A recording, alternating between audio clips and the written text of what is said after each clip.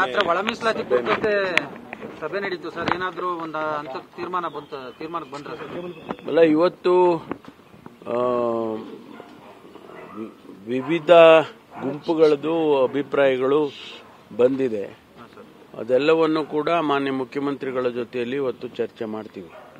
ಮಾಡಿ ಅವರು ಕ್ಯಾಬಿನೆಟ್ಗೆ ಮುಂಚೆ ಹೋಗೋಕೆ ಮುಂಚೆ ಅವ್ರ ಗಮನಕ್ಕೆ ತರ್ತೀವಿ. ಆ ನಂತರ ಕ್ಯಾಬಿನೆಟಲ್ಲಿ ಏನು ನಿರ್ಧಾರ ಆಗುತ್ತೋ ಅದನ್ನು ನಾವು ಒಪ್ಕೋಬೇಕಾಗುತ್ತೆ.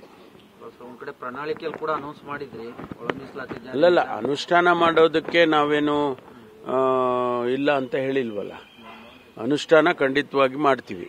ಈ ಮೀಸಲಾತಿ ಪ್ರಮಾಣದ ಹಂಚಿಕೆಯಲ್ಲಿ ಸಣ್ಣ ಪುಟ್ಟ ಇಲ್ಲೆಲ್ಲ ಸಣ್ಣ ಪುಟ್ಟದ್ದು ಅಭಿಪ್ರಾಯಗಳು ಬಂದಿದ್ದಾವೆ. ಆ ಅಭಿಪ್ರಾಯಗಳೆಲ್ಲವನ್ನು ಕೂಡ ಮುಖ್ಯಮಂತ್ರಿಗಳ ಮುಂದೆ ಇಡ್ತೀವಿ. ಬಗೆಹರಿಸೋದಕ್ಕೆ ಎಲ್ಲ ರೀತಿಯಲ್ಲೂ ಕೂಡ ಪ್ರಯತ್ನ ಮಾಡಿ ಕ್ಯಾಬಿನೆಟ್ನಲ್ಲಿ ಅಂತಿಮವಾಗಿ ಕ್ಯಾಬಿನೆಟ್ ಏನು ತೀರ್ಮಾನ ಮಾಡುತ್ತೋ ಅದರಂತೆ ಹೋಗಬೇಕು ಅಂತ. ಧರ್ಮಸ್ಥಳದ ವಿಚಾರ